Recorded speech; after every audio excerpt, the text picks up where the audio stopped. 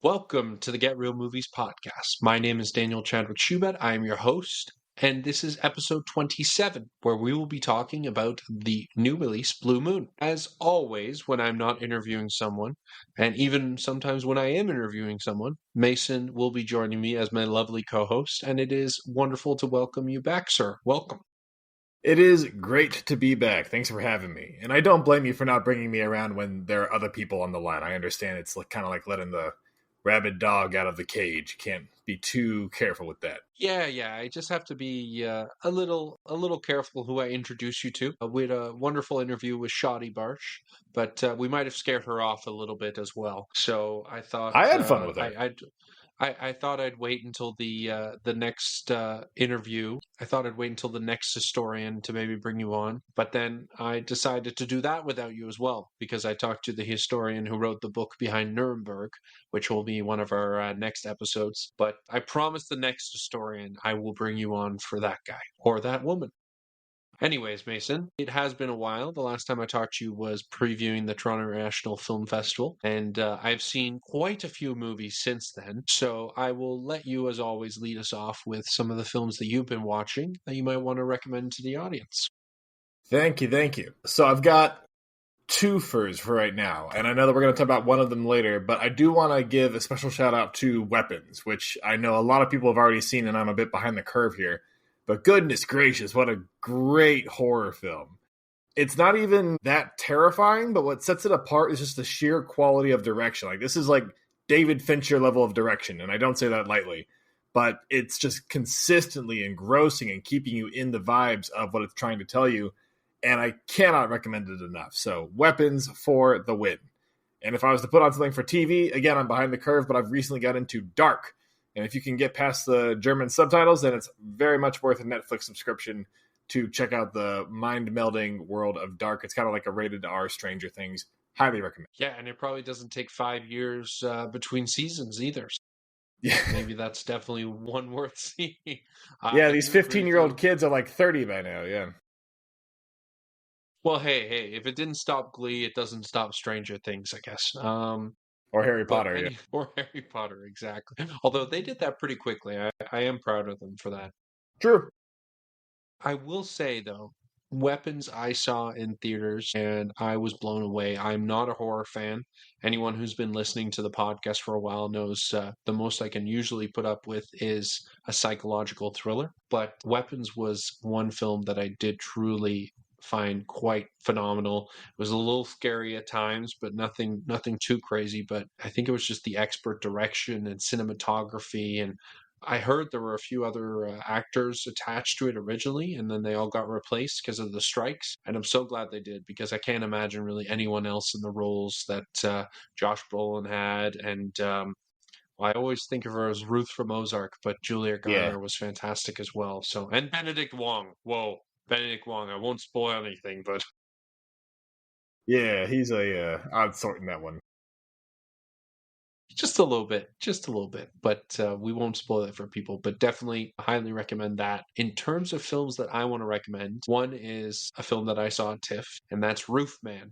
It just came out in theaters this past weekend, right before Blue Moon came out, and all the TIFF films are really coming out now, so it's great to see. But Roofman was one of my favorite films of the festival. I thought it was a career best turn by Channing Tatum. This is one of Derek Cianfrance's more mature offerings that I've seen. I'm a huge fan of Blue Valentine and The Place Beyond the Pines. I think he is one of those directors that is really under the radar for a lot of people. But I think this is definitely his most mainstream film, but it's also his most heartwarming film and one of his more beautiful films as well. I think there's maybe nothing as much to write home about when it comes to cinematography in this film, but I think the script and the acting and the directing all sort of supersede some of his previous entries, and I think this is probably going to be one of my favorite films towards the end of the year. I'm excited to do our end of the year list when they do come up, but I highly recommend if people want to see a good adult dramedy with just wonderful performances throughout, and great directing and acting, or great directing and writing, then I highly recommend going to see this film. I really loved it. In terms of the other film I wanted to recommend, that is a film that we were both going to talk about a little bit, and that's One Battle After Another. I'm still walking like Sean Penn a little bit, and it's been 2 weeks since I've seen the film now, so I probably need to start chilling out on that. But other than that, I think I have my Halloween costume sorted. I definitely want to be Bob Ferguson, and Really? I Okay. might be having a few small beers on Halloween. So, for all the people who saw One Battle After Another, that was a lot of references for you. But Mason, what did you think of the film? Because I really enjoyed it, and the more I think about it, the more I like it. I never thought I would be stressed out by the ups and downs of a highway. Never was on my bingo card, but this movie achieves that and so many other things, from being both super stressful and almost like a very laid back comedy at the same time. It's like if The Big Lebowski and Gone Girl like had a baby and came out with this really weird Paul Thomas Anderson freaky baby. I think great performances overall, especially from Sean Penn, who, I mean, say what you will about Sean Penn, but I think he really knocked it out of the park with his kind of crazed soldier of what in his mind is vengeance and justice. But Leonardo DiCaprio obviously can do no wrong in my mind as well. And the writing itself is just fantastic. It's somehow very political and at the same time apolitical. There's a lot of weird compromising forces that shouldn't work in the same movie, yet somehow they do. It's obviously trying to say a message, but what you take from it very much is up to you. And I think that's very hard to get by, especially these days. So, I mean, really props all around for all performances, the writing, the direction. I mean, it's just absolutely fantastic. Very heavy contender for this year's award season. Yeah, I have no doubt. I think Sean Penn does a really good job here, and I wouldn't be surprised if he was in some of the conversations for Best Supporting Actor. I truly enjoyed the film. I thought Benicio del Toro was, for me, the shining star of the film. Really? I just loved it. Yeah, I loved every moment he was in it, and I also think in terms of PTA, Paul Thomas Anderson, I think this is definitely his most accessible film since There Will Be Blood. And I agree think with that. maybe there's an argument to be made that it is his most accessible film ever. Because he does some strange things with his films that some people love and some people hate, and that's okay. And that's why I like him, because he takes a lot of risks. But I think that this film, I know it's not doing as great as people want at the box office, but it's also a 3-hour R-rated original film, and it has some serious star power behind it, but sometimes it's hard to get butts in the seats for that. So I think that this film definitely should have been made, and I'm glad it was, and I really enjoyed it. And at first I was a little bit more muted about it than I thought I would be. I was thinking about it, and I thought it might be a few days before I was able to really figure out what I thought about the film. I think considering every time I drive on a road that has multiple hills on it, and I put on One Battle After Another's soundtrack, Johnny Greenwood, I think this film is obviously one that I quite enjoyed, and that's going to stick with me. So I am glad to recommend it to our audience. I think I read that this is actually the highest performing, or one of the highest performing PTA movies ever. Like I know There Will Be Blood is probably his magnum opus, but I think this one has gotten the most revenue overall, which is great to see. Yeah. Yeah, it also costs a lot more, though, to be fair, but that's true. I'm glad they made it. And it was made in VistaVision, which I think is really cool. Sadly, I don't live in any of the cities that can show a film in VistaVision, but that's okay. You know, one day. There's one in DC, but I admit I have not seen it in that. I went to go see the more accessible regular film version. Yeah, for sure. But Mason, we've talked about our recommendations, but I think it's now time that we get into our review, and that is of Blue Moon, which is coming out on Friday. By the time this releases on Monday, it'll have been the opening weekend, so I'm hoping it's making lots of money. But we were very excited to see this film. We got a screener from the wonderful people at Mongrel Media and Sony Classics, so shout out to them. Thank you, Sony Classics and Mongrel Media.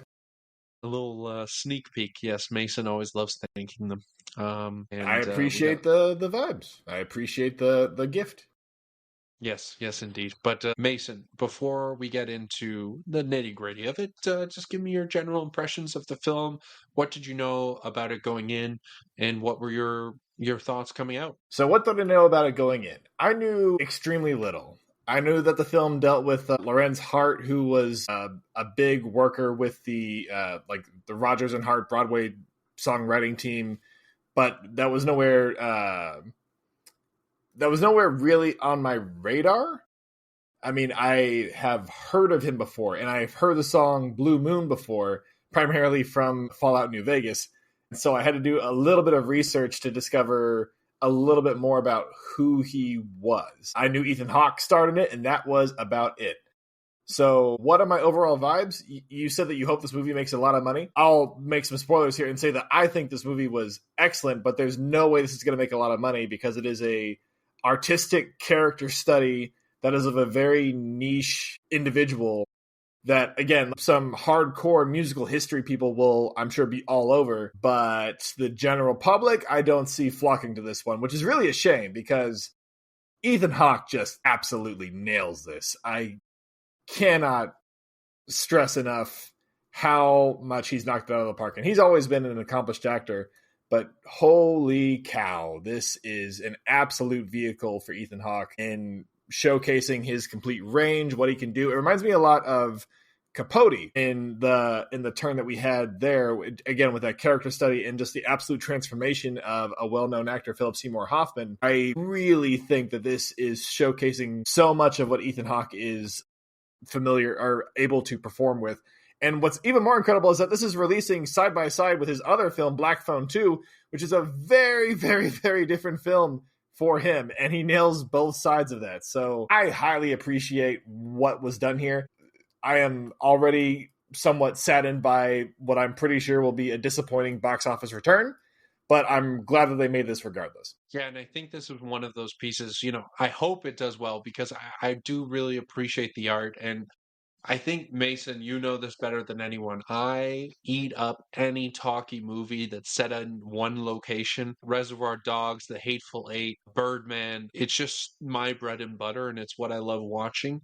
And as much as Ethan Hawke's height is very distracting in this film, and maybe we'll talk about that a little later.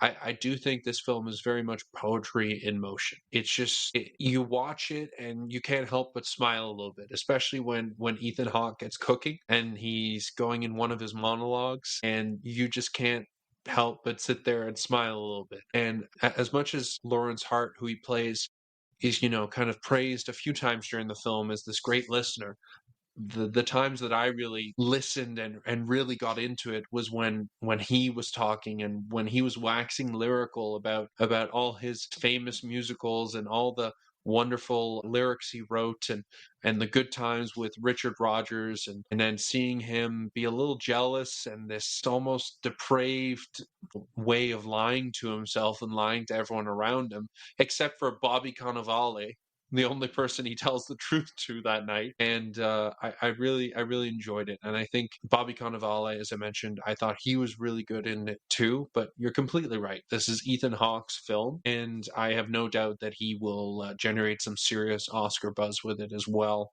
I think that this is very much his vehicle. And there's a reason that him and Linklater waited for 12 years to make this, which Linklater just has a thing with waiting for 12 years. But he's got to be the most patient director in Hollywood, like first with Boyhood and now with this, right? Yeah, exactly. And that's why I love him. He's another director. Anything he does, I'm there for. Everybody Wants Some becomes better and better movie in my mind each year that I watch it, and now I'll watch anything Linklater does. The Before trilogy is something that many people really love, and I think also ages incredibly well and tells such a great story about love.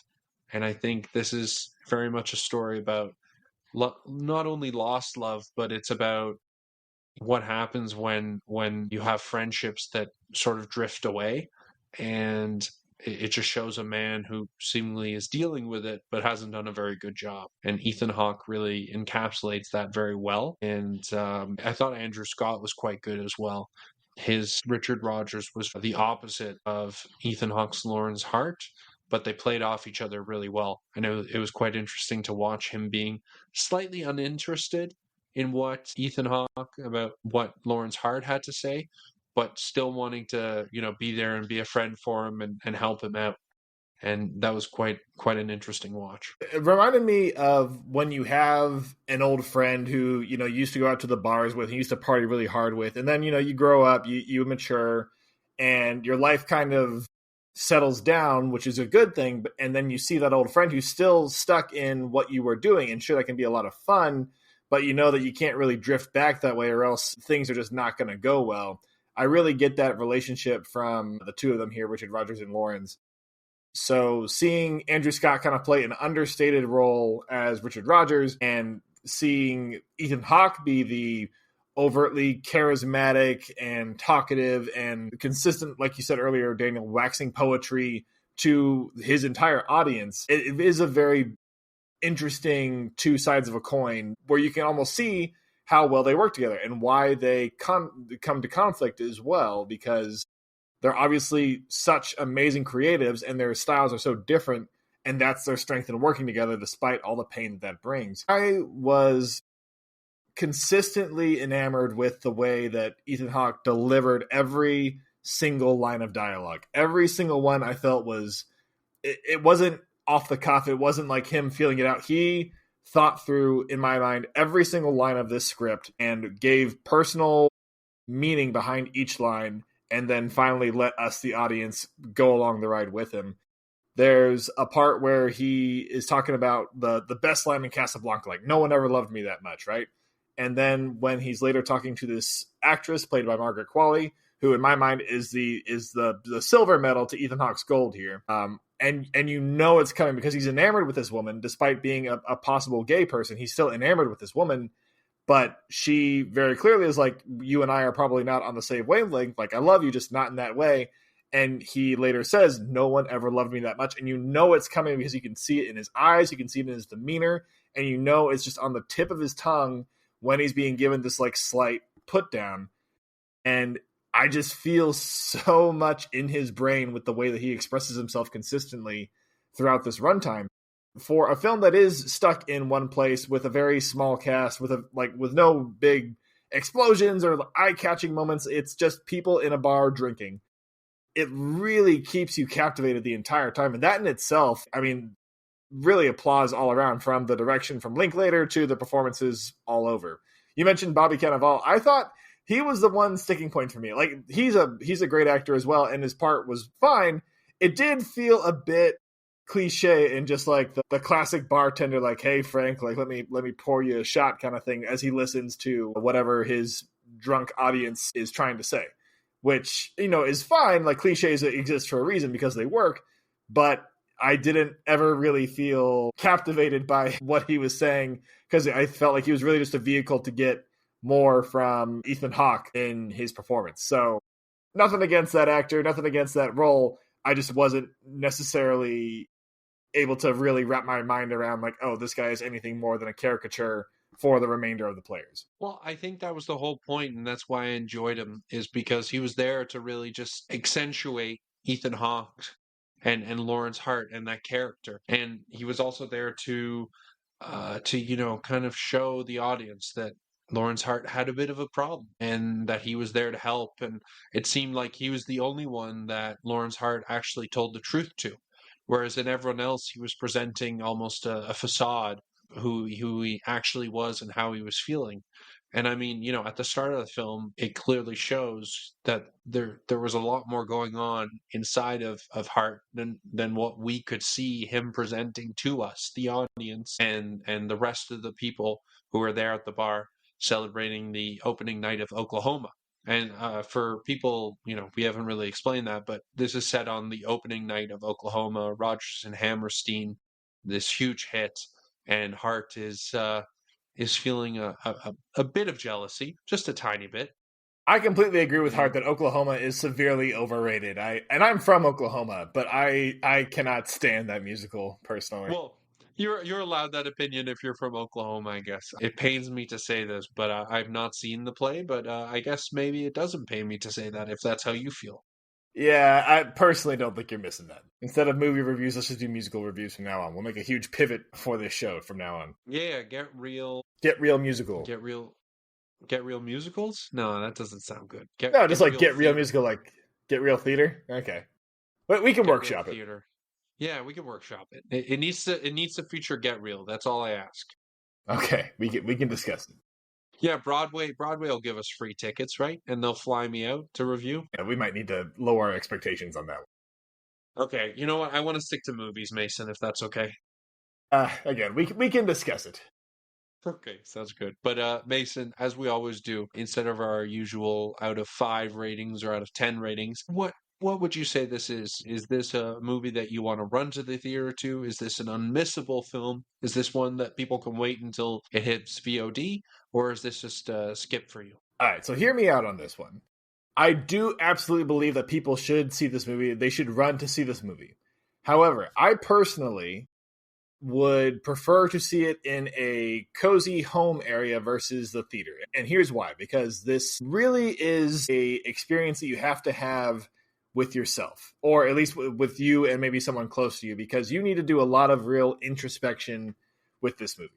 And not to say you can't do that in a theater, but being in your own space, in your comfy zone where you're thinking about nothing except what's happening on screen, I think really is to the benefit of this movie. And so I, again, 100% believe that anybody even slightly interested in the past of musicals or the Rodgers and Hammerstein / Rodgers and Lorenz duos should see it. But I do think that being in your comfy place is the primary way to do so. Okay, no, that's not a controversial take. And I think it's a weird world now where I sometimes enjoy watching films at home more than I do in the theaters. And 18-year-old Dan would punch 27-year-old Dan right now. But films are becoming harder to watch in movie theaters, especially ones where you do need to focus. Because I've realized a lot of people, they can't seem to go 2 hours without checking their phone or without talking loudly during the whole thing.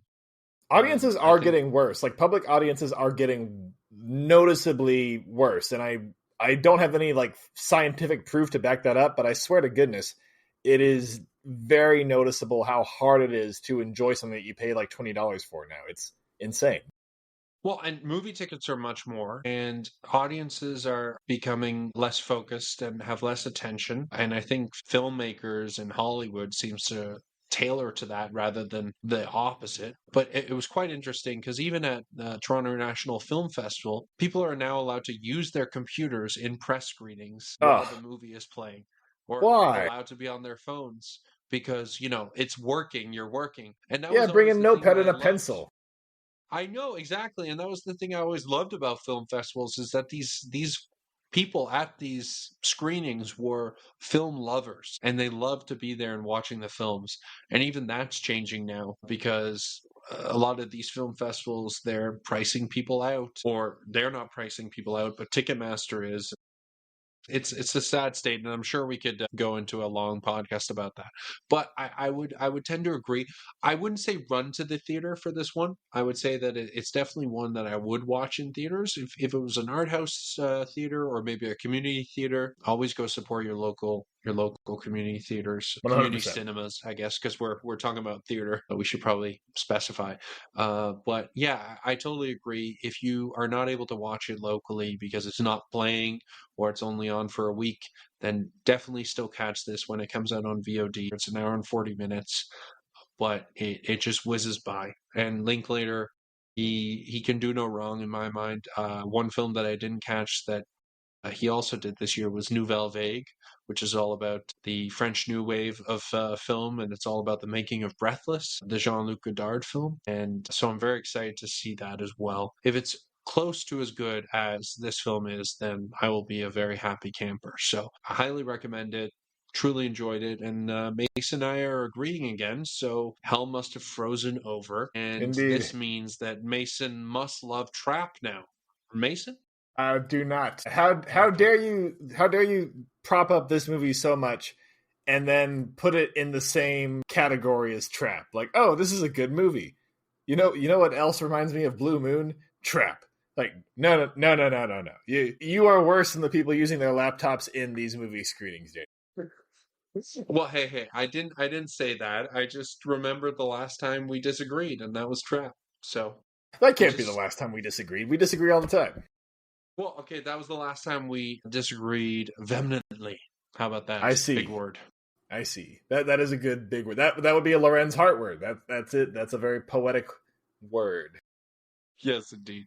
But Mason, thank you once again for joining me. I know we have a few movies we want to discuss for the rest of the fall season, and I've got some good interviews coming up as well.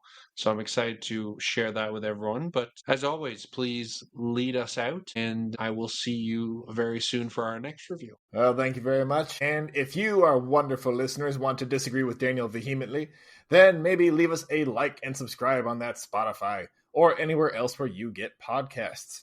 Be sure to check out the movie in theaters or in your cozy spot whenever this wonderful piece of poetry waxing is released. But till next time, I've been Mason. I've been Daniel. And we'll see you at the movies. Bye, y'all.